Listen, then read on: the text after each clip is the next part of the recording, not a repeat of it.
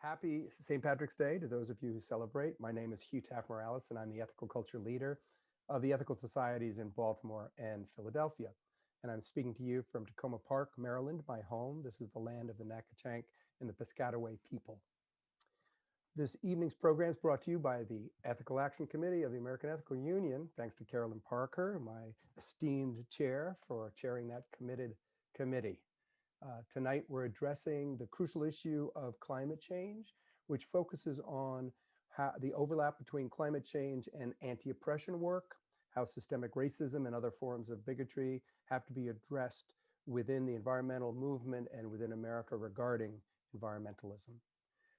So in the last part of our program, we'll have some news from folks from around the country about their own experiences involving climate justice activities in ethical culture. But our big event is two folks from Groundwork USA, which I'd like to introduce now. Lucy Crespo, welcome, is the RTCA Conservation Ambassador for the National Park Service, Groundwork Elizabeth. And I believe, Lucy, correct me if I'm wrong, RTCA stands for River Trails and Conservation's Assistance. Is that right? Yes, that's correct. Great, great. Lucy was born in Rio Ceballo, Argentina, and raised in Elizabeth, New Jersey. As a DACA recipient, Lucy received opportunity to join Groundwork Elizabeth in 2014. There, she works as Director of Youth Initiatives to expand the capacity of the organization and increase the number of urban youth in green careers by providing them opportunities with federal agencies like the National Park Service, the U.S. Fish and Wildlife Service, the U.S. Forest Service. Over the years, Lucy and Groundwork Elizabeth have worked with many partners to access the truck traffic, air pollution, heat, and flooding through a series of citizen science projects, mapping and connecting the results to its historic origin. Many of you already know Curt Collier. He is the National Youth Program Director for Groundwork USA, an organization created by the National Park Service and the EPA to help raise the capacity of communities to deal with local environmental challenges. He's created a number of programs with federal partners and supporting agencies to provide environmental job training, resume building experiences, and career pipelines for diverse youth of color in multiple states. He is also an ethical culture leader, having served 3 societies during his nearly 20 years of service, and is currently serving as the interim leader of the Ethical Society of Bergen County.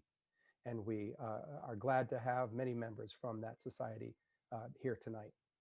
As I said, there'll be time for questions and answers. So as we go with the program, write down your questions.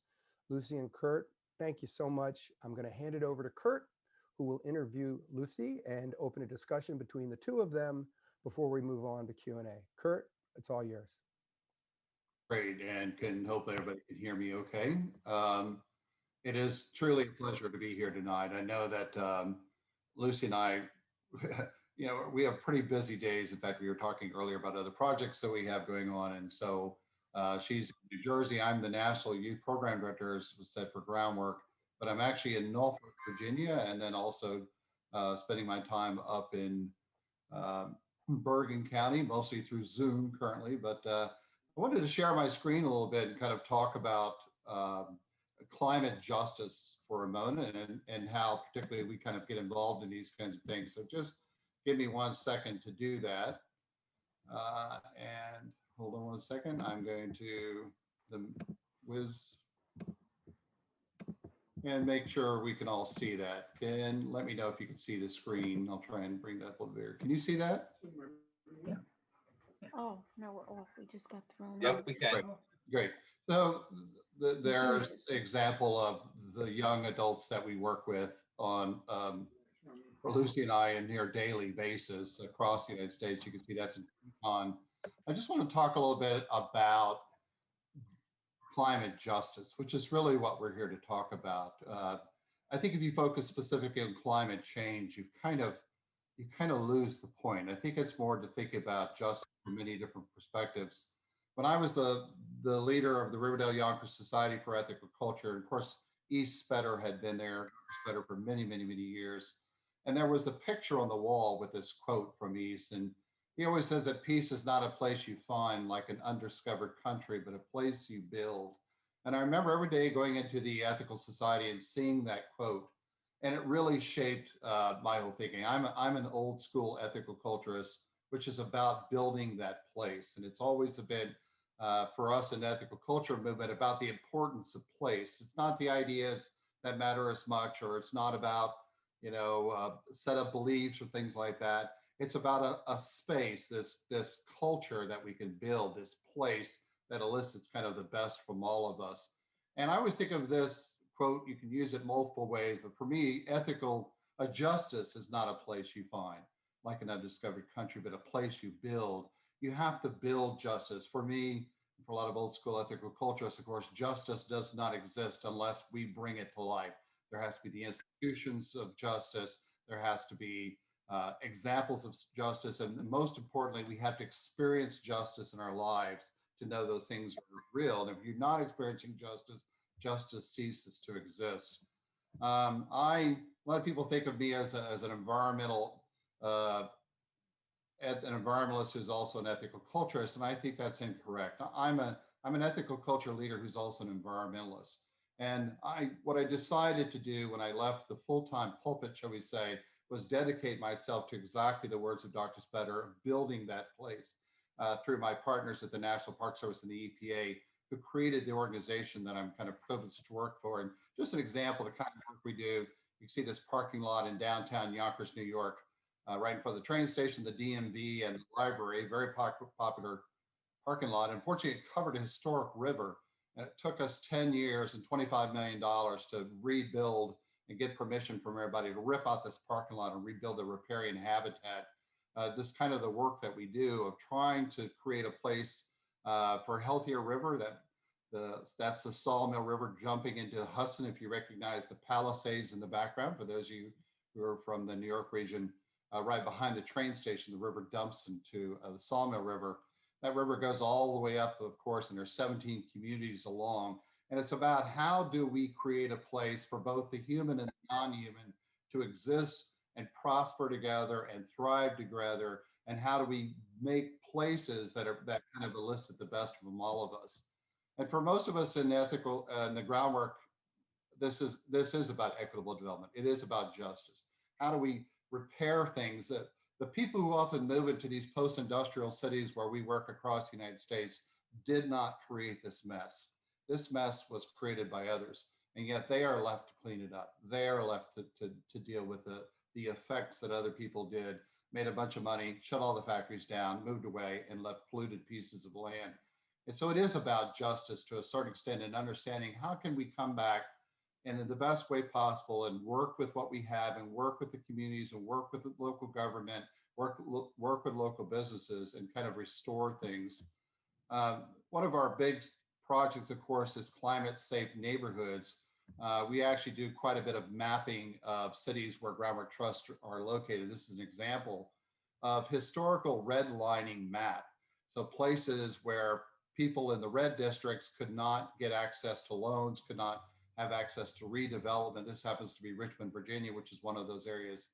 And if you look to the heat island map on the right there, you can see that the hottest sections of the city are also the redlined areas of the city. So this is an example of something that happened in the past in the climate peoples through policies that were about institutionalized racism for all intents and purposes, how that impacts. More people will die this summer from heat-related deaths from any other weather-related cause this summer. So more people will die. And we have to start dealing with those things now as the climate begins to change. But we could go out and become advocates of this. We can argue about it. We can continue to do advocacy work. And I don't disparage those things. Those things are important for people to do, and somebody should be doing them. But for us, and for me as an ethical culture leader and with my work at Groundwork, the idea is not so much what do we need to convince people about one way or the other, but how do you rebuild this place? How do you get involved in that? How do we spend less time trying to convince people what to think or feel or believe? When you get to Lucy's part, she'll talk about her work and those kinds of stuff, and more just giving people the tools to be able to do their work. You know, we deal with lots of youth across the United States and in the thousands. I'm happy that I'm the National Youth Program Director and get to see a lot of these programs in 21 cities, 96% of color. You can see the age breakdown, mostly women, large LGBTQ component, and almost everybody below the federal poverty limit.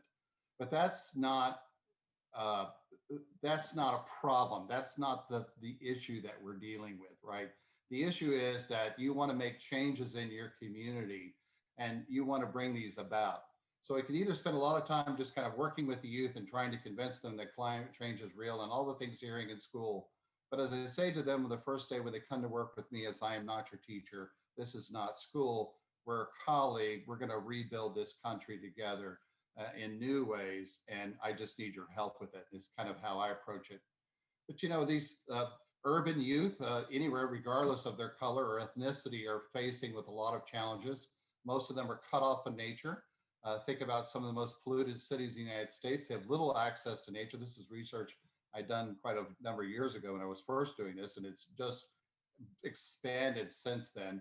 When you have little access to nature, that impacts the way you think about nature. The access to nature that they do have is often polluted, or they're told don't swim in the river, you'll grow a third eye, those kinds of stuff. And it leads to a lot of shortfalls. If you look at the conservation movement in the United States to this day, it is not reflective of the diversity of the nation. If you look at conservation training programs across the United States, it's not reflective of the diversity of this nation. And we are a nation that's becoming rapidly diverse, and we do need to talk about these things. So there are other challenges. The youth have needs, they have passions, they have things that they want to do. This is not a deficit model. I'm not trying to add something to them. They're already great, wonderful people themselves. But there are barriers in their way also to getting an education. For example, just going to college, majority of these youth are on financial aid, and you get to college and you want to become an environmental scientist, let's say, and you get there, and sure enough, calculus, eat your lunch in the morning and chemistry in the afternoon, and your GPA begins to fall, and they're afraid they'll lose their student aid, so they switch majors, which is we see across the United States. They also don't see people who look like them in the conservation movement. The connections that they make are limited. They go from high schools that may not have, that are under-resourced. And so there are barriers to getting involved in the same stuff that we're kind of preaching. You should get involved in the environment. We should take care of these things. But you got to understand that there are a lot of things standing in the way of a youth getting there. It has nothing to do with them and more how we've created a society. And these are the kinds of things that I think we as groups can tackle and take on to kind of help doing that.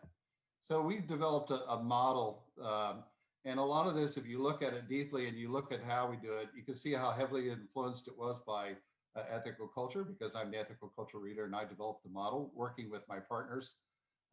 We focus extensively on long-term relationships. You ever heard the term emphasis on relationship building? Because we also know that one and done core programs or getting people out on a weekend to clean up a river is not enough. You have to start very young age, follow youth for multiple years and keep them engaged and supported and mentored through that, because maybe even their parents don't think that's a worthwhile project, or their community or their friends. They're a part of a network, and if that network doesn't even value it, that's important, which is the reason why we do work in the neighborhoods and those kinds of stuff. Reinforcing STEM, hooking them up with community leaders and making sure they have a voice, and all the other kinds of things that we have to do for all youth in the United States, and especially for diverse urban youth, to kind of bridge that gap to get them into conservation work. And so we have kind of some simple ways that we kind of do this. Once again, Lucy will talk to a second. She runs a lot of different kinds of programs. Our first goal, the thing that we do with the youth, is basically build relationships. This is Lucy's team, by the way. That's why I wanted to put this up front. This is a staircase they built at Patterson Great Falls. They welded it themselves. We taught them how to weld, and they welded it. They poured that concrete patio and built that stone wall and did all those kinds of things this past very hot July, I think it was. But the most important thing is to stopping and knowing people's name and working with these same youth that I've seen for multiple years and kind of building that relationship. So that when Jules, who's the man in the bottom left-hand corner, is quite stout like me, walks up, he knows my name. And he's known my name for a long time. And we talk each other, we go to dinner together and build that kind of relationships. It's extremely important for this current generation to do real world work. I think a lot of times we think we just want to put them in the room and have them understand, learn about climate change or things like that. But this is a very let me put my hands on it kind of group. They learn best through these kinds of interactions. This is up reducing fire hazards up in Glacier National Park this past August. And it's just they want to do something that's important. We just talk about this work and how to do it and keep building that up. But the youth, whatever youth you have in the youth group, is to get them doing real world work and put that out there. And that includes putting tools in their hands. This is us down at Booker T. Washington's house in Tuskegee, Alabama, this past year. We're restoring Booker T's home and training the youth how to do woodworking, steel, and construction. And you see the young lady in the corner learning how to do welding. The bottom left, you see some young people, including my son there, learning to do woodwork and restoration work, and how important it is to be able to show them how to do something. The thing I always want to present to the youth is that the physical world is malleable. The built environment is malleable. It's like Play-Doh, and we can shape it to anything. But if they've never worked with the Play-Doh, if they've never done it, they get to where, oh, well, this is what other people do. We'll talk about it, but other people do the work. And to me, that's a big detriment. You want this current generation to know how to rebuild things, and that's not an educational model we're following well enough in there. And also show them what is possible. Take on projects and teach them a variety of skills and do all kinds of stuff. This is George Washington Carver Museum. We're in there replastering the walls and repainting. So you get a young lady there learning how to plaster and do all this kind of work. And just do that kind of instruction to show them what's possible. Because if you're not kind of going out there and building and redesigning and getting them involved and getting their hands wet and putting their hands in the dirt to do these kinds of stuff, there's a sense of disempowerment right there, because they say, okay, well, we realize things are bad, but no one can do this. But when a youth goes through this program, at the end of it, they come out saying, no, there's quite a bit we can change here, which is going to be true when we get to Lucy's story. And just never never underestimate what they can be done there. I think there's a typo in there. There's Lucy right there at a hat in the top right-hand corner. This is Lucy out of Grand Teton National Park. She brought an entire crew of Latinas, which I'll talk about later on. Those are all women and crew on the top, and then the men came afterwards to do some other additional work. And the women actually laid out the entire work for that foundation, for that historic food ranch. And we always never underestimate them. We just throw out the biggest, hardest, most complicated construction projects you could possibly can, and then show them one at a time how to do this. And every time the youth do it, no matter what it is, the youth can do that kind of work. And also just make no small plans. Don't just go out and do one little tiny thing. Make big plans for what you're going to be doing in your community, your ethical society. This was an old carriage barn at Yellowstone National Park, and it had fallen over. They were thinking of trying to stabilize it, we were tear it down, and they brought us out. We brought forklifts with the youth and restood up the building. And then you see the young woman up there in the hijab. She's actually really using routers. We restored the historic building using the building techniques also the way that they did it, and rebuilt this building and saved it for Yellowstone National Park. And which brings me a lot to Lucy right here. And I'm going to bring in Lucy to interview her. That's us on a hike at the Mount Washburn. Lucy has never been one of my direct youth, although she's been involved with me for quite a long time. And I'm going to bring it up so we can see Lucy's face here in a second. But I wanted to get a chance to kind of ask her some questions and how she thinks about these things and the kind of experiences. So how are you, Lucy? Can you hear me? Yes, I can hear you. So you and I talked about meeting local residents where they are. Many groups try to get individuals interested in climate change, talking about the big issues such as melting polar ice caps and those things. Mm-hmm. But much of your work has been addressing the immediate needs of local residents. And can you talk about your work around air pollution, Elizabeth, as an example of that the first conversation you have is to talk about air pollution in Newark, Elizabeth, New Jersey, and next to the airport there, and the impact that that has on people. Sure. I guess you can start a little bit at the beginning. The first involvement that we even had, which opened our eyes, was first working with Rutgers University, the Center of Environmental Exposure and Disease. Um, the first work we even did was counting trucks on Elizabeth Ave, which is one of our biggest streets here in Elizabeth. We never really understood in the beginning why we were doing it. At the time, I was a youth. I just knew I had to count the trucks that were passing by. But as the time went by, we started counting 5, 10, 15 trucks passing by in a matter of 2 hours. And we realized that this was actually a bigger project than what we first expected. Once we started looking at the data and learning about particulate matter and what it does to our lungs, and what our families are breathing, I think that's when it hit home for most of us. The year after that, my youth and I were involved in a video that Rutgers made, and it kind of went viral in the environmental world here locally.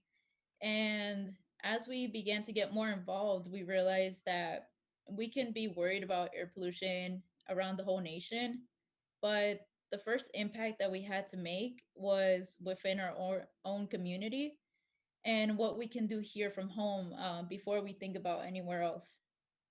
So luckily, we've always had great youth.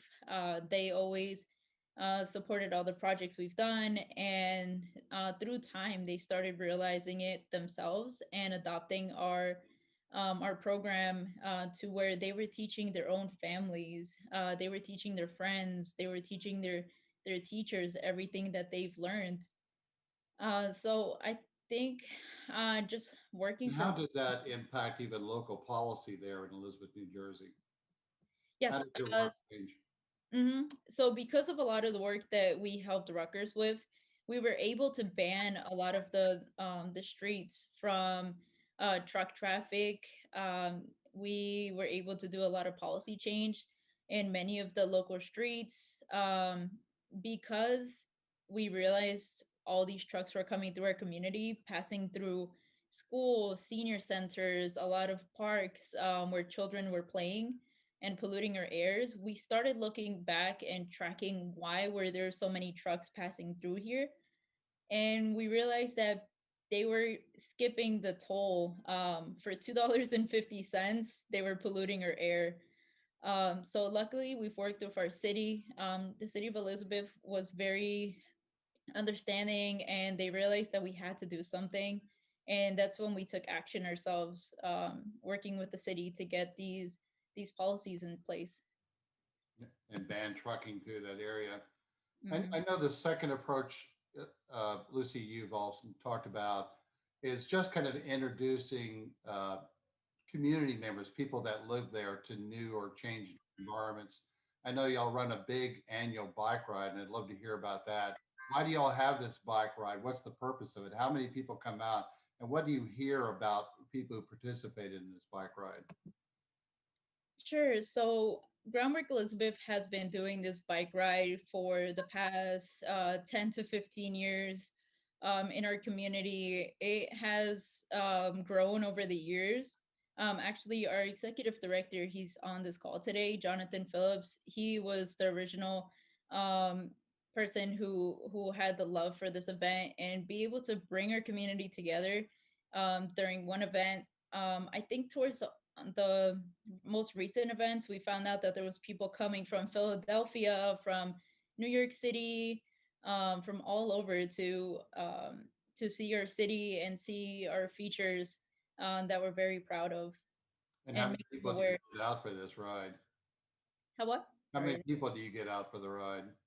So we get anywhere from a thousand to 1,500 people.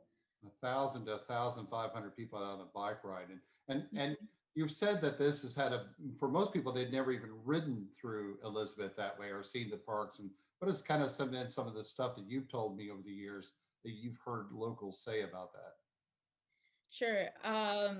I have heard a lot that they didn't know that was there. They didn't know that the waterfront was so beautiful. And to be honest, 2 years ago was the first time I did it with all of my green team, and we made it almost a tradition to do it every year, and be able to see the features and remind ourselves why it's so important to protect our community. Why did you think it was so important to take a group of Latinos out to Grand Teton? And what was the kind of experience of the youth kind of being out in that environment? What did you hear from them? Hmm. So um, I think the first thing was that they were very proud to be there and to be able to represent all Latinas in our community, especially being there and realizing how big this actually was pretty emotional for a lot of them. They were learning skills that they weren't really taught growing up, and actually Curt taught us a lot of those skills with Joe. Why didn't other people teach you that? And you said something about it when we were there. Why most Latinos had not learned these skills? Yes. So in our culture, it's not really common for us to learn these skills.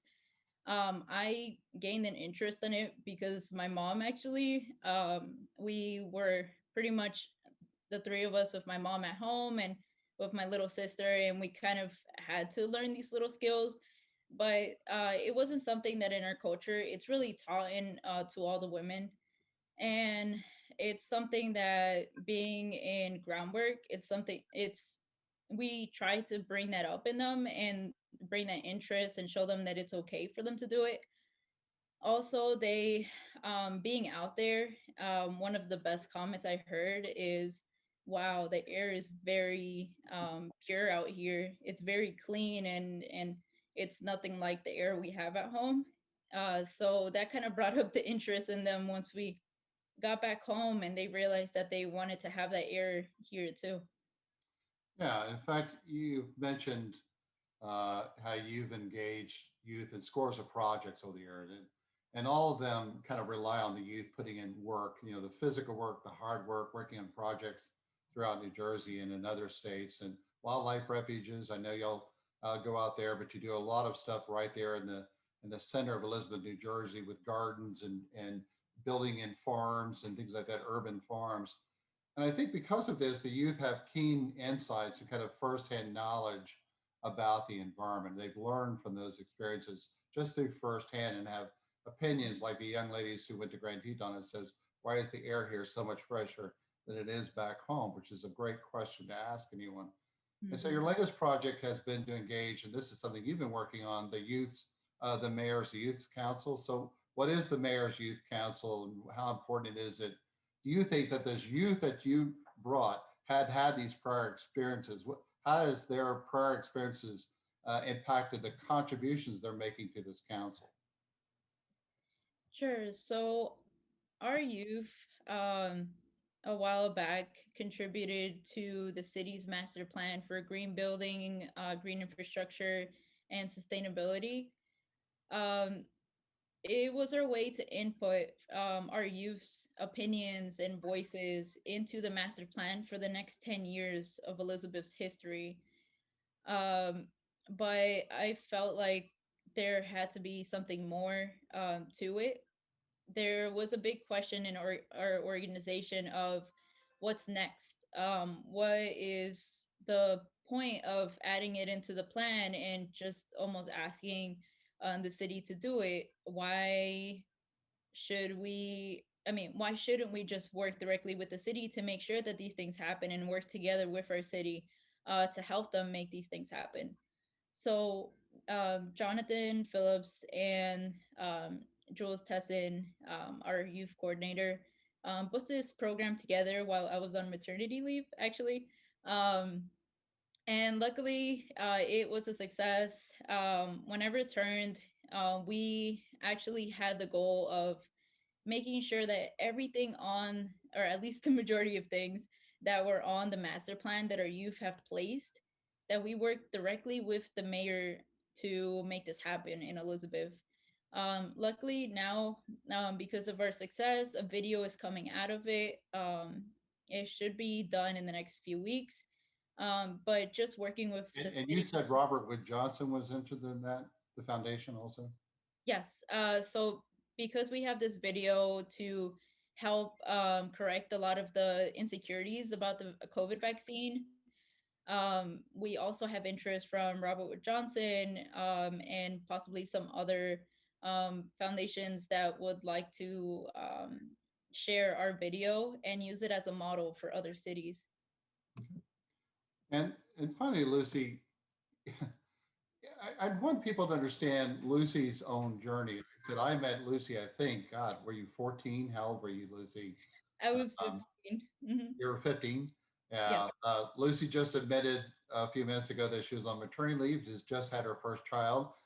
She was out there working in Great Falls, Patterson. We kept telling her, sending her home. This is a woman who is relentless about environmental projects. And so, Lucy, how did you get there? Was it to what extent have all the experiences and all the projects and all the things that you've done and been offered shaped your thinking, including your career choice and where you are today as working with the National Park Service and Groundwork on this huge redevelopment of Elizabeth, New Jersey? So tell us a little bit about your story. Sure. So as Hugh mentioned, I am from Argentina. I'm also a DACA recipient. So luckily, I was given the opportunity to work with Groundwork Elizabeth in 2014. Um, Originally, my mom, she actually is on this call, Maria Kukla. She's a very strong and powerful woman who always pushes me to do more.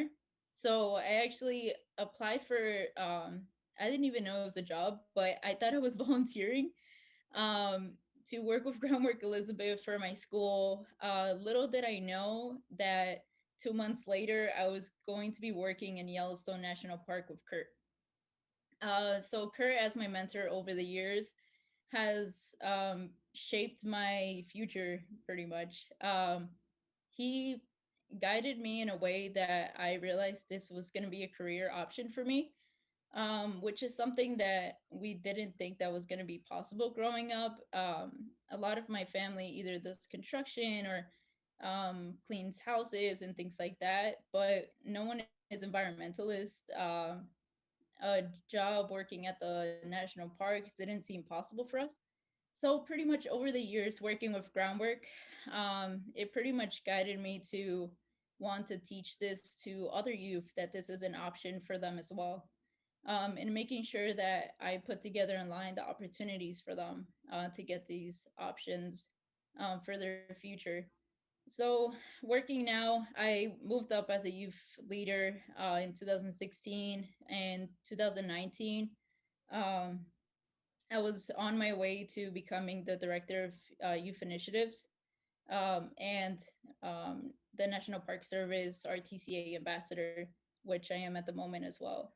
So pretty much, um, it's been a very long and beautiful journey with Groundwork and working with Curt and Jonathan. When you were a kid, It's do you like, think you'd end up as an environmentalist director in Elizabeth, New Jersey? yes. You did. Wow, you thought uh, you could do that. yeah. That's So phenomenal. as of recently, I am the director of youth initiatives, managing our green team program for 11 weeks and planning the rest of the year, Yeah. and the mayor's youth council. But you thought that you would do that even as a young child, that you'd end up in this position? Oh no, not at all. I originally wanted to become a veterinarian. Yeah. And so I just kind of wanted to share, Lucy, thank you so much. You could tell she's an amazing person. And how old are you, Lucy? Can we tell? I'm 24.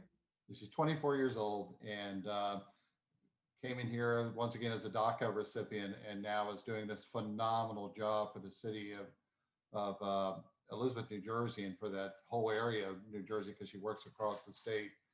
And I would just kind of want to say to the ethical societies that are present about the power of those kinds of experiences. These are things that we can collectively do. These are opportunities that we can bring to our ethical societies. And I'd love to show you how to do that.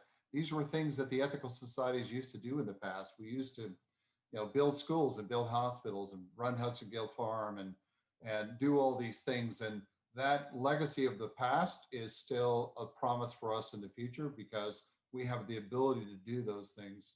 I am an ethical culture leader who has done these things also with these youth and continued to do these things. And I want us to continue to expand that across the network. So I realize that I'm out of time right now. And we've been scheduled, so I'm going to turn it back to Bart. And thank you once again, Lucy, and Sue, and to Madre también. So appreciate that. Thank you, Curt. Thank you, Lucy. Really appreciate it. Elizabeth, New Jersey's lucky to have you. And I know, Maria, you're very proud. And we're all lucky that Groundwork is in the mix, especially here in ethical culture. And I hope we can take advantage of it. This is the time that we'd like to have for questions and answers. So if you have a question, please share it by, or please raise your hand in the app on the participants button. You should see a raised hand, and I will try to call on you in the order that you ask. I will say this, I was writing an article today about Mike Tidwell and Chesapeake Climate Action Network, and he reminded me of a quote of Greta Thunberg saying, if you want hope, take action. And I think a lot of times people are feeling very hopeless, and what you're doing with the youth, Lucy and Curt, is helping them take action, which is fabulous. Do we have any questions out there from folks? If you don't know how to hit the button on your participant screen to raise your hand under reactions, you can wave at the screen. If I see you, I'll call on you. I see Lee from Mid Rivers. Lee, go ahead and unmute. Yeah, just a question. Do you think there'd be an opportunity for our youth and ethical societies to do a joint project some summer? I think that would be kind of interesting. Definitely, definitely. In fact, one of the opportunities I'm going to be doing now that I'm back in the ethical culture fold and have come back and found a way for a community that invited me in is to create additional opportunities for some of your young adults across the network. When I do these projects for Groundwork, sometimes we're scrambling to find youth, especially during the summer when they're all working like mad.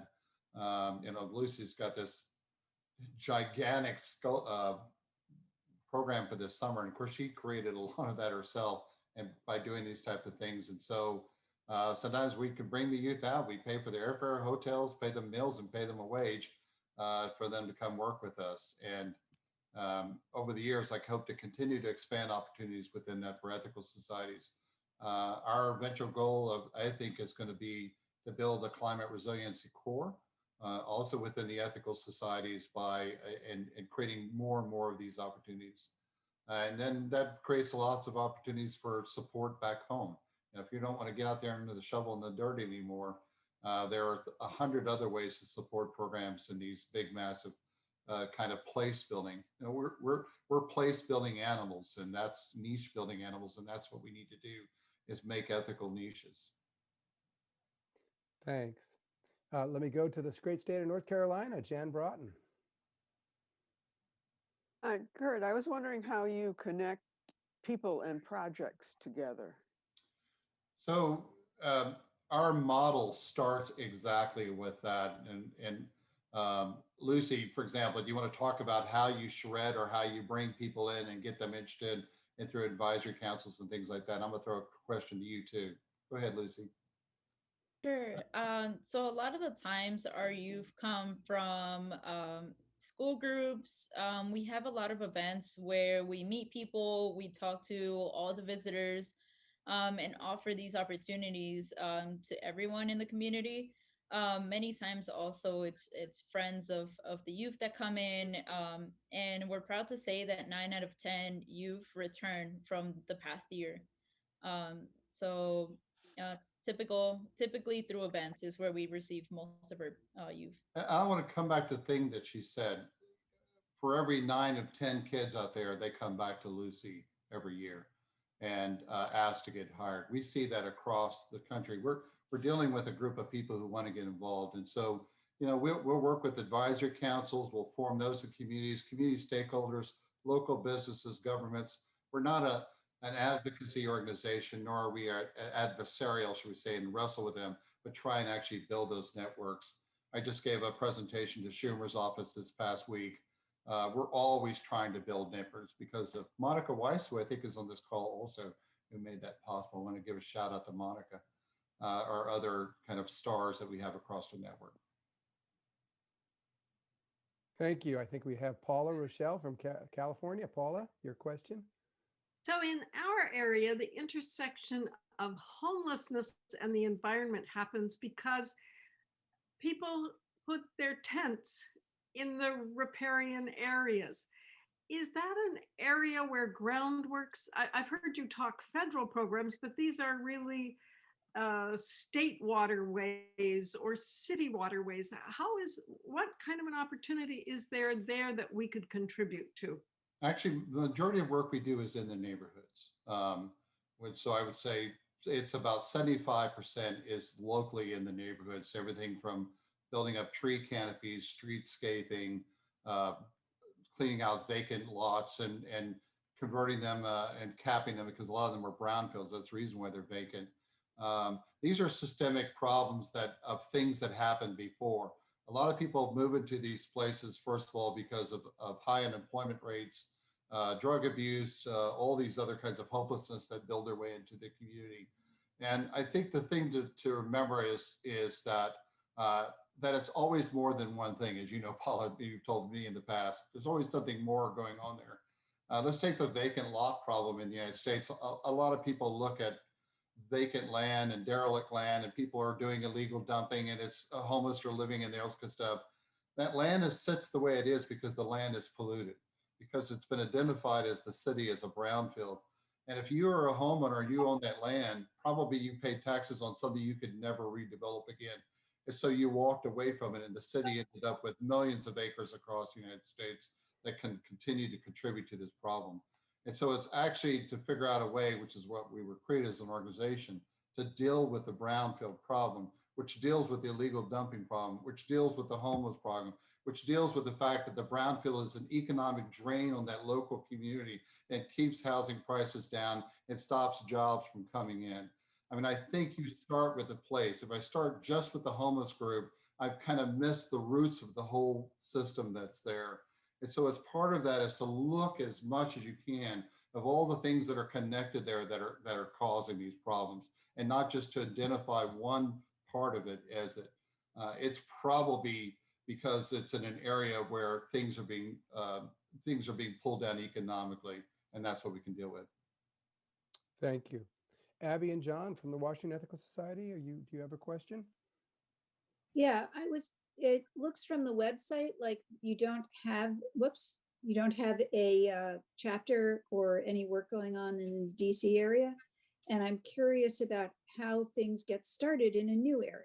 Well, this is one of the roles I would like for ethical societies to think about. We come into communities because of federal money. So the EPA gives money to us.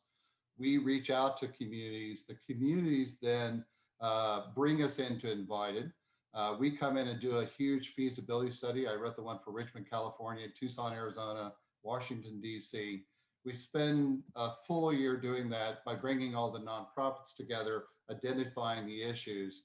And then if the city invites us in, and promises $75,000 over 3 years, which is $25,000, we release $275,000 back to the community to get them started. So there's plenty of community redevelopment, and many of your local trusts that can help play a role with that if there's areas of brownfields. We were in Anacostia River, DC. So I actually wrote the feasibility study for the city of DC. They took me around quite handily for that city for an entire year, looked at the problems. We created one of our affiliates there in Anacostia, and unfortunately it fell apart. And it fell apart because part of the reason of what was going on in that particular neighborhood of Anacostia was lots of really good competition. If you know, Anacostia is going through quite a big change right now with lots of development groups. But there are other areas outside of DC that we could easily go to. So if any trust is near a community with large amounts of vacant properties and derelict land and things like that, please do reach out to us so we can find a way to move our operations into that area as well. And it ties the ethical society directly to that. I would love to see that. My goal is to see each ethical society have a core style program and rebuild, working on public health, air pollution, water pollution, heat island effects, and all these things of our broader cities that are impacting our neighborhoods and drawing down the economics of our area as well. Curt, just related to that, is there a map of brownfields that people might be able to look at to see if there's some near them? Yeah, so most states have a law that they have to show where the brownfields is. I know if you go to New Jersey, you can actually type in New Jersey brownfield map. You can zoom around and see where the brownfields are located in their area. You know, some states are better at it than others, depending on where you are.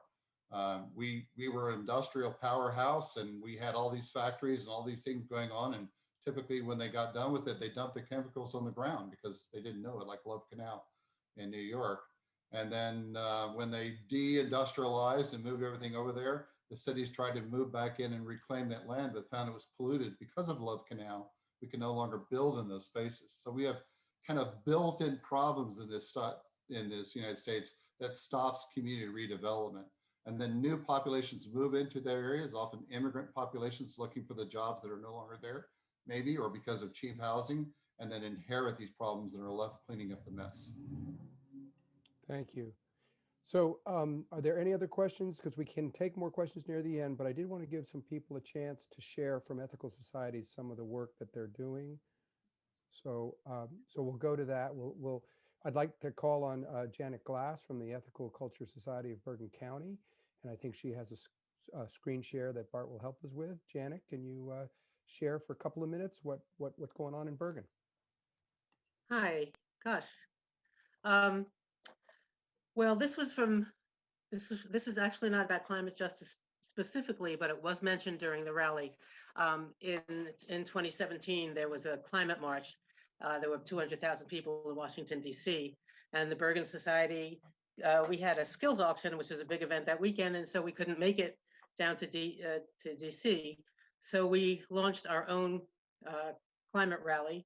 And in these pictures, you can see some of our members' guitars, they're singing, they're the puppet maker, speech making, and we had somebody come out from Manhattan about carbon tax, and this was the Hackensack Riverkeeper, and people from all places, but you know, a lot from our own society taking part in this major event. There were about 300 people who attended, and talking about networking and getting together with others. The actionnetwork.org had a listing of 30 places in the country where there were going to be climate marches at the same time as the one in DC, and we listed with them. A lot involved to get this to happen, all kinds of permits and parking issues and talking with the police, but it was successful. And but you know, as Curt mentioned before, it is kind of a one-off.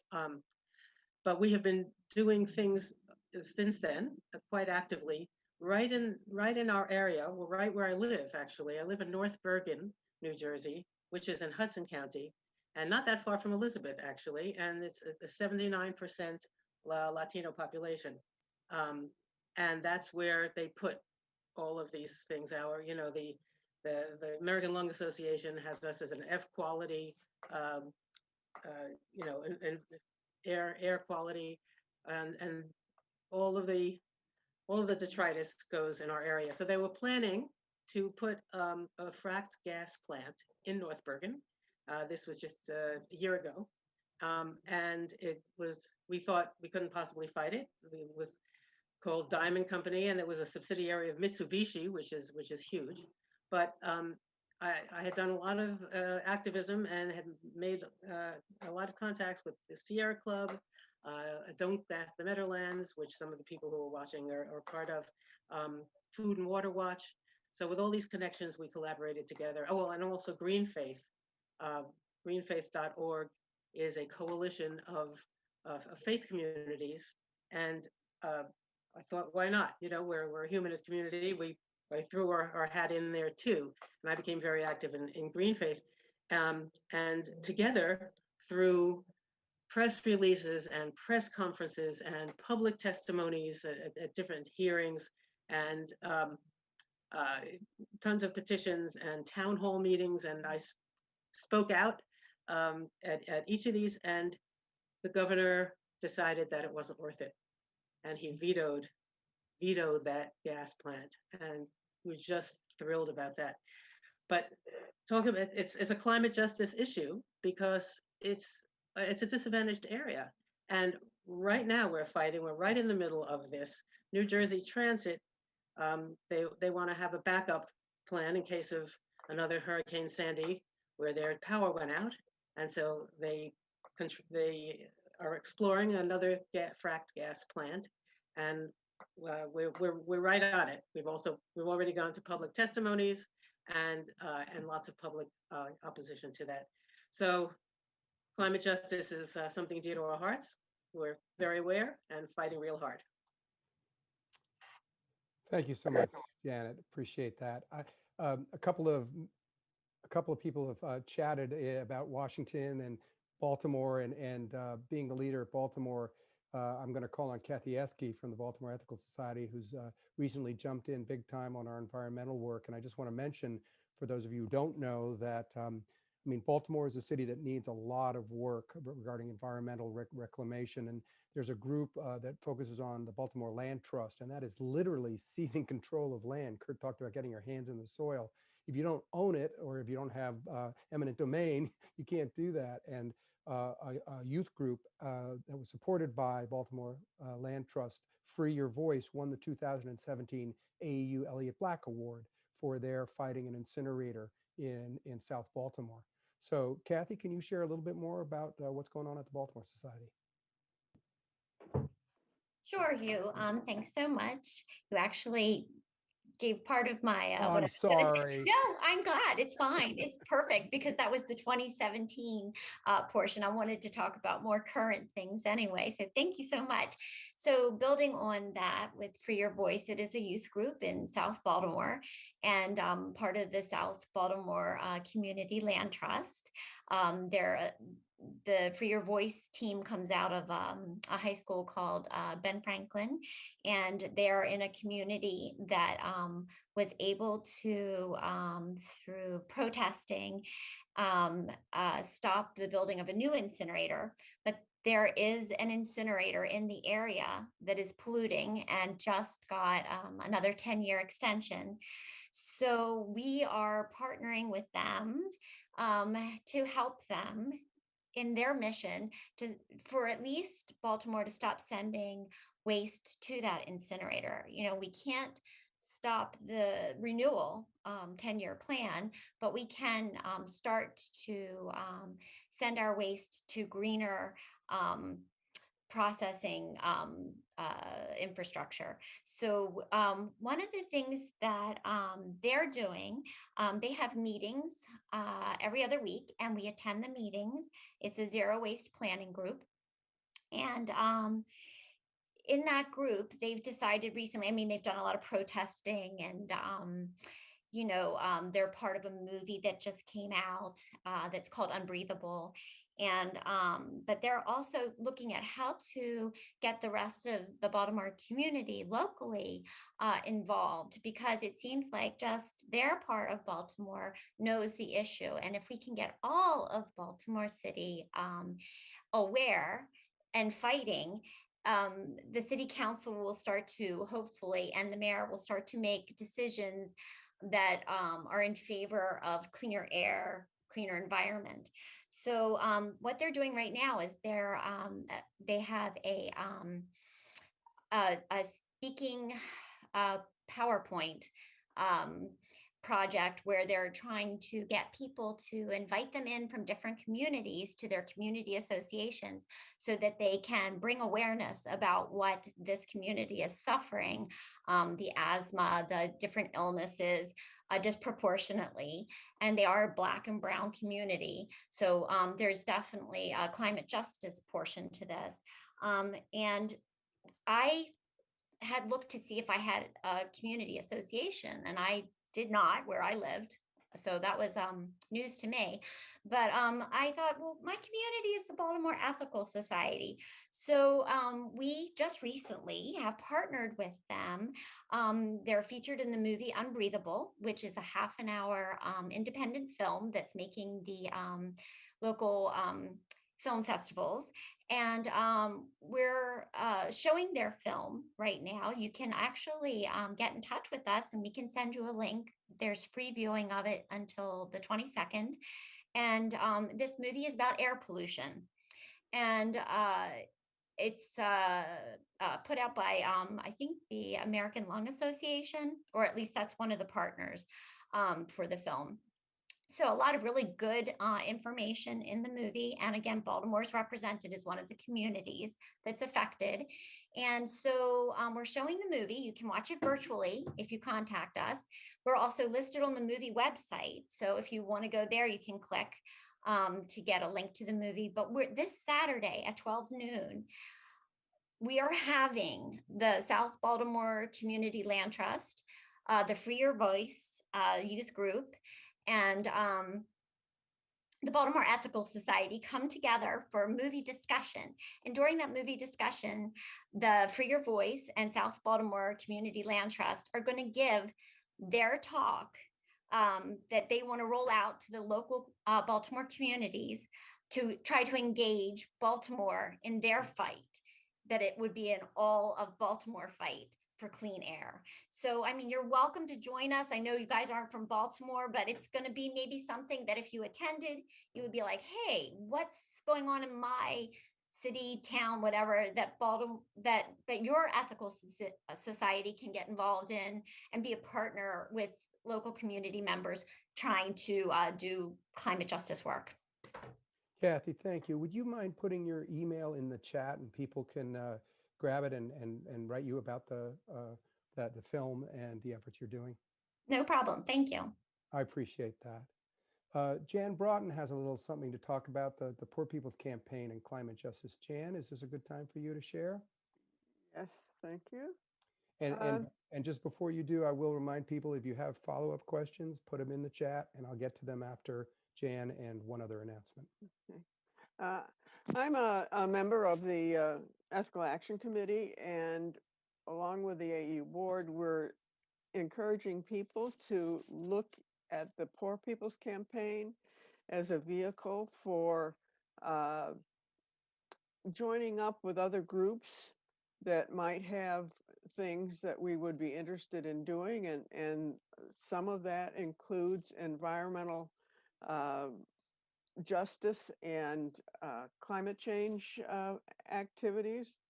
If you go to their website, which is poorpeoplescampaign.org, and look at their Jubilee platform, it has a whole long list of items that are demands they are calling for to redress conditions that have led to or affect the status of poor people and the underserved across all aspects of society. And part 4 of this Jubilee platform is to secure the blessings of liberty, the right to health and a healthy environment. And it's concerned with the disparities in health access and environmental racism. And it also addresses climate change. And I did not pull out that much stuff about environmental justice, but it has to do with obviously the things you've been talking about, how the air quality affects mostly, poor people, people of color, and how industry and other chemical involved structures are located near those neighborhoods, and other things that make their lives very difficult. And so under the climate change, they have three parts of this health, right to the healthy environment are addressed, and declaring climate change a national emergency, establishing a green job corps within the Jubilee Jobs program, and making a full financial assessment of the environmental damage knowingly caused by fossil fuels and extractive industries. And under each of those broad categories are increasingly granular items to look at. And I'm sure that in your communities, there are things that would be suitable for things you probably are already doing or things that you can look for to do. And the other thing that's going on with the Poor People's Campaign is first 100 days, 14 priorities to heal the nation. And they're focusing on voting, poverty, and healthcare. But one of the demands in this first 100 days, 14 priorities, is to use the power of executive orders to meet these demands means reversing all executive orders of the previous administration that have exacerbated systemic racism. And one of them is climate devastation. And one of their points was to sign back up with the Paris Climate Accord, which has been done. So I would urge you in any case to be familiar with the Poor People's Campaign, and they're getting much more national coverage. I believe the Reverend Barber, who was one of the co-chair, was on MSNBC the other day. So it's beginning to be known as a national force, and I think you're going to be hearing a lot more about them in the years to come. Thank you, Jan. I appreciate it. We have a couple of other societies that are going to report in a little bit, but I did want to go to Steve Meskin, and then I had a follow-up question. So, Steve, what's your question? Well, the issue, I think, for me as the resident curmudgeon is that climate change and environmental issues, although similar, are really different things. And I am excited about getting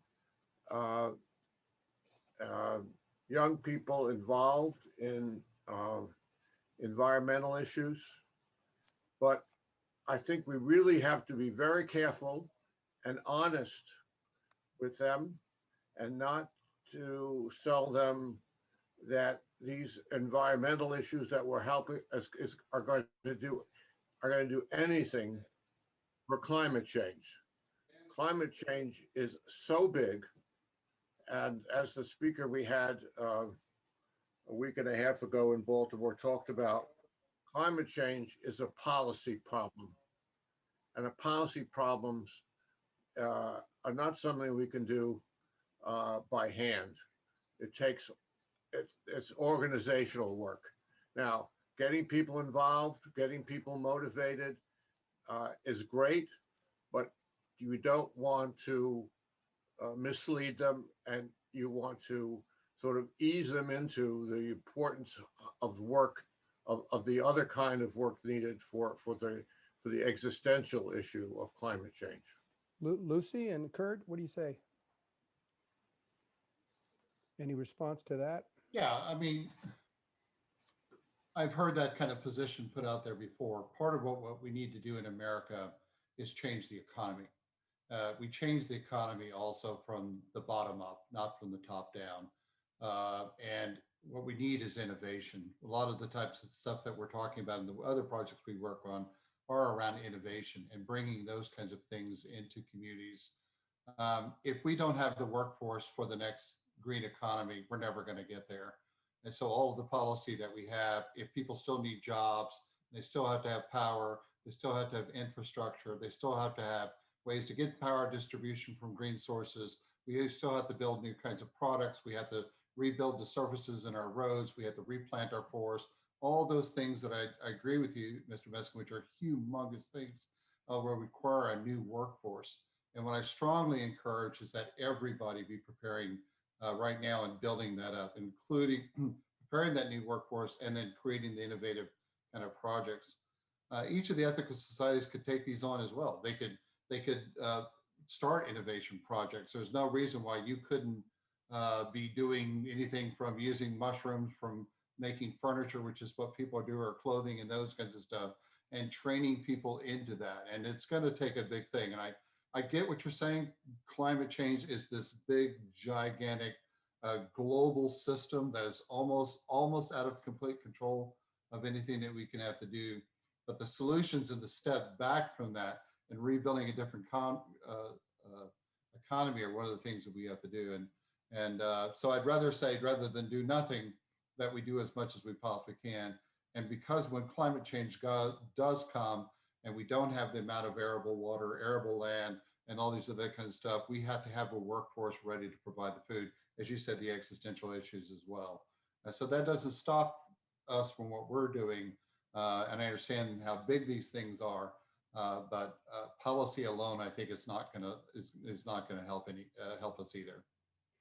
Lucy, do you have anything to add, especially about that element of feeling overwhelmed by the whole process, and how you deal with young people and with that issue? Definitely. The first thing I'd say is that the youth are more than capable of creating the solutions for a better tomorrow. Here in Groundwork Elizabeth, we count on our youth coordinators and our youth leaders to come up with solutions and work towards that.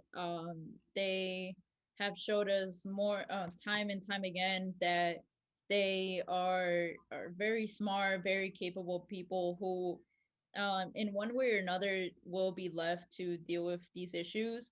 I personally rather have them prepared to deal with these issues than to be left out in the open. And just like Curt said, these are issues that are huge. They're huge issues, but in one way or another, the economy is one of the ways that we can fix it locally first. Thank you, Lucy. Rich Reese, a member of 2 societies, as far as I know, maybe more. Rich, what do you have to share? You've been very involved. Well, I'll be a member of 2 for now. I'm actually been a member of the Washington Ethical Society for over 40 years, and for a large portion of that time, I've been very active with what we used to call the Earth Ethics Committee, and it's now become the Earth Ethics Action Team. And we've consistently done a lot for promoting the environment. But this is actually giving me, and I think giving my colleagues on the team a very good example of what can be done. I think the closest thing that we have going on right now is cleaning up a portion of Rock Creek, which is Portal Branch, and we do involve the youth in that. I'd also like to just briefly address Steve. One of the things that I've really felt, and I think I asked this question a long time ago to an organizer, how do you feel, I mean, how do you motivate yourself to feel like you really can do something, like you really can effect change? And the answer is basically to just go out there and try to work on these things. And that's what the youth with cleaning up Portal Branch are doing. And I do get the possibility that we can do a lot more. In fact, we are 2 other areas I'll briefly mention are trees. We've gotten an organization within Washington, D.C. That specializes in trees, and they've planted 3 trees on the premises of the Washington Ethical Society, and that's Casey Trees. And we've also built a insect garden for monarch butterflies and other insects that might come our way, pollinators, etc. So we're doing some things, but we also need to reach out and uh, really go on the model of your Elizabeth, New Jersey organization. I'm certainly going to bring those ideas to our team. And Thank you, thank you Lucy. so much, Lucy and Curt. Yeah, Lucy, you had follow up on that. Yes, I just wanted to add on to what Rich said. The perfect example that you mentioned is doing work locally. There is tons of places that will be more than happy if you come to a river cleanup. If just um just something as simple as a river cleanup honestly makes a huge difference. One of our biggest locations that is a huge focus now was one of the locations that people cared the last 7 years ago. We've taken out shopping carts, everything you can imagine, tires, car seats, anything that you can imagine was in that river. Now it's the first time last summer we saw turtles return, deers, which I know is something that is not too big for other people, but here in Elizabeth, it's the only location we've ever seen a deer locally. Fox, so many species returning, that's an impact that we made locally, that is easily to do, you know, by you as well.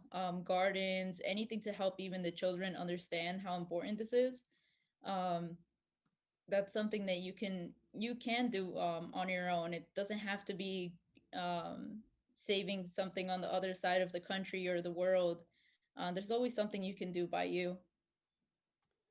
Thank you, Lucy. Appreciate that. I just want to share.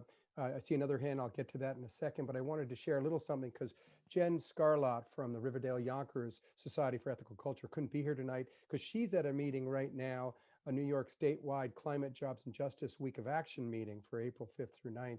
But she shared, this is what she shared. I just want to share it briefly.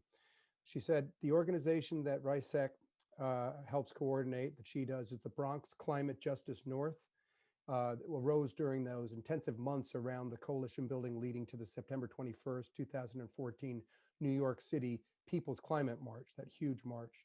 Riverdale Yonkers Society provided crucial support, meeting space, membership since the earliest days. I think that's something that all ethical societies with buildings should do, is look what local groups need meeting spaces. They prioritized working with longstanding environmental justice organizations in the South Bronx, emphasizing the deep intersections between climate and environmental justice and racial justice. They've worked with coalition forces with local, state, national levels to address food insecurity, health injustice, environmental racism. She said, we are a voice for a Green New Deal rooted in social justice movements, progressive labor, climate youth, indigenous people, and eco-socialism. We prioritize local New York work in support of the hashtag NoDAPL movement at Standing Rock, and we continue to work in coalition for the movement for Black Lives and organizations around New York that emphasize the critical need to center racial justice in all climate work. So maybe after Steve, you'll have a follow-up, but after that, I would like to just talk a little bit more about coalition work that you do, Curt and Lucy, with racial justice organizations. But first, Steve, you had just a quick follow-up? Yeah, I just want to respond. Curt, I think your answer was great. I don't disagree at all with what you say. My only point was that we need to be honest. That's all. Honest with the people we're working with, and honest that there are really two things going on. There's the big picture and there's the personal picture, and I think both are very important. Thank you, Steve. I totally agree, Steve. Yeah. Curt or Lucy, or both of you, could you just speak for a minute about which racial justice groups that may not have had their eye on climate justice that you think are beginning to see more work there?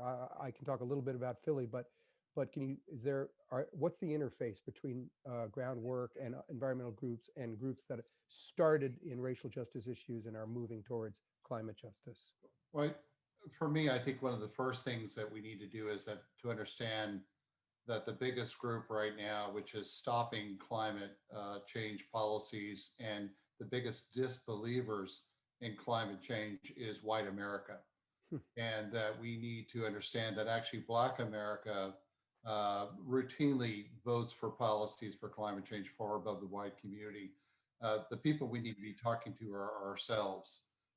That's the racial justice that we also need to bring, is the fact that too many white Americans are out there and trying to stop us for basically what are quasi-religious or political reasons, and not doing enough coalition building. I'll give you a little example of that, because you just mentioned Riverdale Yonkers, and I'm so happy to see that they're continuing to work. And I worked in Yonkers for 10 and a half years. And for 10 and a half years, we were trying to create a greenway that actually goes from that daylighted river that you see all the way through the southwest of Yonkers. And Yonkers and the Bronx share the same border right there at Riverdale. The idea was to create a way for the people in Yonkers to get down to the subway station in Yonkers, New York. So right now, the subway ends in Yonkers, in the Bronx, at 242nd Street there. You then get on a bus, and you see all the people from Yonkers all standing there without bus stations in the rain, practically waiting for a bus to come that then can take them up to Yonkers. And so our vision was to work with coalitions in the Bronx and various parks department and come down with this big urban greenway that when it got to the border at the Bronx, there was Van Cortlandt Park, and to create a greenway through that. We got stopped. We got stopped right there because, frankly, they didn't want people from Yonkers coming into the park. And they came up with what essentially for me were a bunch of reasons that did not make scientific sense, that somehow this would mess up bird habitats, even though we were trying to send it close to the road, and even in the Audubon Society. So we have to understand that there are systemic things that happen in this country also that stop. It's not sometimes for a lack of will, it's for other reasons. And that was a prime example. We could create a place, and there's 1.4 million riders a year on that one bus line of, that's obviously multiple people maybe riding the bus, who use that one bus line to go from the Yonkers to that, who would love to have a green trail to ride their bike down without getting hit by a car, which happened to a couple of even of our youth. And yet that got blocked. And so these things that happen, Standing Rock and some other places, happen in New York City, they happen in Washington, D.C., they happen in Baltimore, again and again and again. And that's the honest conversation that we also need to have, is that we have to find a way to convince us. People like Lucy are plowing ahead and making the changes that need to be happen to the much that we can do. And what we need to find a way is to continue to empower them.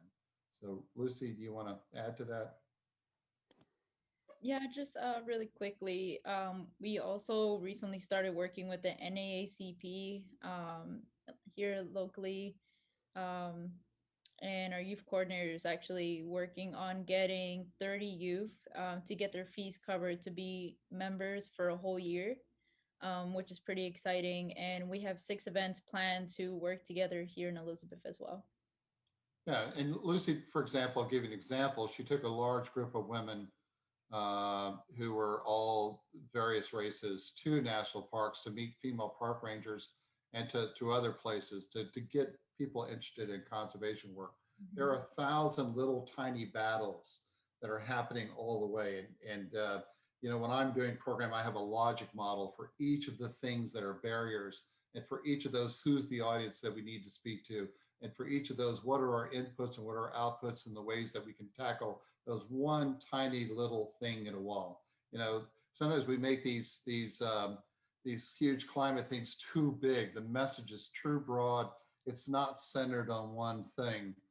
Some of you are probably familiar with Spitfire Strategies. They were one of the groups that kind of gave all this free help online for communities to do this. I want you to look at that, and I'll put that name in there. But the state of Texas was looking at roadside pollution, as I'll give an example. They're trying to figure out where all this roadside pollution was coming from. And they stood out there with people for weeks and weeks and weeks and watched. And what they discovered is young men putting beer cans and things like that in the back of their pickups, because everybody in Texas drives a pickup, including me from Texas, and it gets blown out and ends on the side of the road. And so they started a campaign just directed towards young men in Texas called Don't Mess with Texas. And it was that, you probably heard that It was not for everybody else. It was for one specific audience who was leading to one specific pollution problem that was accounting for the majority of pollution on the highway. Young men not securing the back of their loads in pickup trucks. And that's the kind of focus that we need to have as climate justice people and environmental and community people. It's not throughout these big, gigantic messages, but segment these into small things that each of us can do to look at the barriers and to look at the ways that we can get around those. And you've got to be able to say in your message to that particular audience that the world will be a better place for you if you do X. And if you can't say what that is, and you can't say it in words that they're going to get, they're not going to hear you. So that's the kind of training that we would provide. One of the key issues, it seems to me, is that you've got to convince people that money can be made off of green energy and environmental programs. Can you talk a little bit about that? Because that seems to be a systemic fulcrum that we need to make sure. I raise $1 million a year off these issues. We luckily live in a nation that is very generous in multiple different ways. I mean, what do we give, like $1 trillion, some humongous, number I just made up, each year in charity? It's some humongous number. There is enough money in our economy. We're the wealthiest, still one of the wealthiest nations on the planet. A lot of access to resources and privilege that other groups around the world simply do not have. And I think one of the biggest mistakes in ethical societies frequently make is we don't think that we should be going after government monies because something about the separation of church and state, which all the other churches, and that's since the 80s, have blown past. Your local Baptist church is getting large amounts of federal dollars to provide food, shelter, and other kinds of aids right around the corner from your society, probably. And that's there is money from that. There are no barriers whatsoever for your ethical society to go after federal dollars to help tackle these problems. The only thing we'd lack is the capacity and the training to do those things. But those are simple things that we can focus on at ethical meetings of learning how to do those specific things. I do want to give a quick shout out to Jules Tetson, who I realize is also in line. Jules is another example of, Jules, if you could bring yourself, his name is T-E-Z-E-N, if someone could bring him up here for a second. And I wanted to hand this off to Jules and Tesson for just a second about how he sees his community and how he gets his community involved exactly into these issues. So can we bring up Jules for a second? Jules, you there? Jules, Yeah, I'm here. Your video on? Start talking, and I think they'll find you. Yeah, I'm actually in a really bad spot to show my face. You know what? It's fine. I found the light. Hello everyone. I'm Jules. Hi, Jules. I'm from New Jersey, and I've been working with Curt for the last, I want to say 5 years now, and with Lucy about the same. And I grew up in Elizabeth majority of my whole life. I love the whole town, the whole city. And straight after high school, with Groundwork and their whole the message, they really got me into conservation and caring about the environment. And there's this one quote that really stuck out to me for like the longest time. I remember it was the first time I went to Yellowstone, and it was with Curt. He was doing like the morning announcements, and he was giving inspirational words. And he said a quote from, I forgot where it was, but the whole essence of it was, you can't love something that you don't understand. And that really stuck with me for since then. And that's really like the mantra that I go by when I'm going out to the community and just trying to engage everyone to get more into the environment and trying to help out. Because I believe that with education is the key to power. That's the one huge thing. So if we're really open with our community and we try to sit down and really explain all these aspects for them to understand, they take that and then they go home, they have dinner with their families, and around the table they speak about it, and then their friends speak about it, and that's how the word just spreads out. So yeah. And I have to give credit to Jonathan, who's actually their boss, not me. did a lot to shape their thinking. I appreciate the shout out. But Jules, does the average citizen in Elizabeth care, and how do you think they could be brought to care about climate justice and climate issues? I mean, how did you come along? Did you wake up one day and said, I care about things, or how did you end up where you are as one of the youth program leaders there in Elizabeth, New Jersey?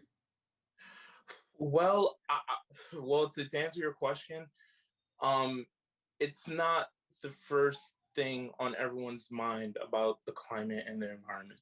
It's there on the list, but there's higher things that pique their interest more than that. But it doesn't negate the importance of it.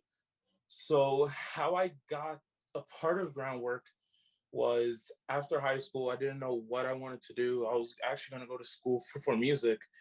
And I saw that in my local county college, they're offering a class for green careers, and it was a stipend for $400. And I was just out of high school and I was really broke. So I said, $400 is great to me to be in class for 2 hours. I can do that for a week. Easy money for me. So I did that, and that's where I met Lucy.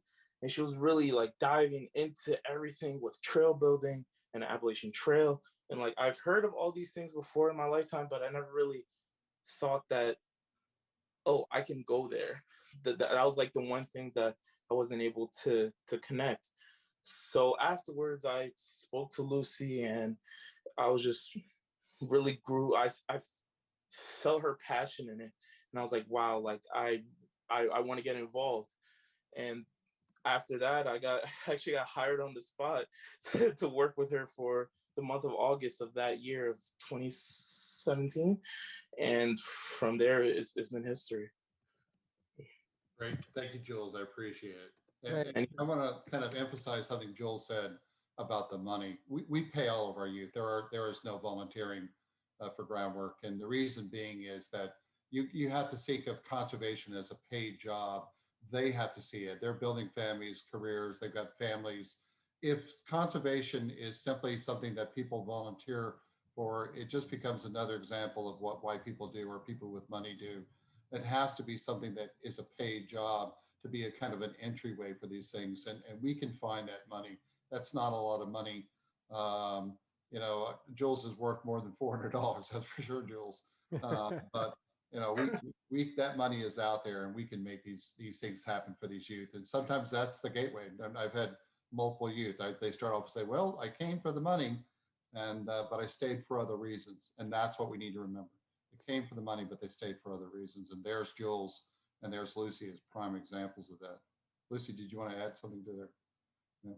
Yeah, and I think the greatest part about having Jules around always is that apart from being such a hard worker, he made me realize what kind of leader I wanted to be, modifying the program to what the youth wanted, not to what I've seen the program be over the years, and just replicating the same thing over and over. But how do we listen to the youth and the needs of our young adults, to what they want to learn and to what they possibly want to have in a career, making them try these jobs and seeing if they even like it before they go into it.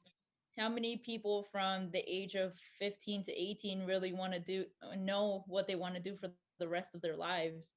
But we see it as an opportunity for us to show them that either they like a career or they don't, and they have enough time to change it. Jules actually asked me if we can have wildlife conservation in our programming, which we've never thought of before. Um, and I worked over the years to get him what he wanted, to get him the things that he craved and what the other youth craved, which has been really interesting and truly made our program grow. If you need a musician for a gig, hook up Jules too. Okay. Of course, of Or course. photography. Good calendar there. So we're over time now, and I think we should probably begin to close out. I just want to say, Jules, thank you for hopping in here. Appreciate that. Lucy, Curt, thank you so much. I think we all realize that now it's our turn, you guys came tonight and you gave us some inspiration. You gave us some ideas. I hope that people from various ethical societies will get on the Groundwork website, take a look at what you're doing, get in touch with Curt. We can try to see how to work forward. But the main thing is, let this evening be a way to give you a little bit more energy, a little bit more dedication. Most of you who showed up tonight were preaching to the choir. So we need to go back out there and convince other people that we need to do work that is real. We have to pay folks that are in this sort of work, make it something that we can build our future on. Bart, Carolyn, thank you for hosting us tonight. And again, double thanks to Lucy and Curt. Thank you, Hugh and Bart. Appreciate it. Thank you all for coming. Thank you so much. Take care, everybody. Bye-bye all. Take care.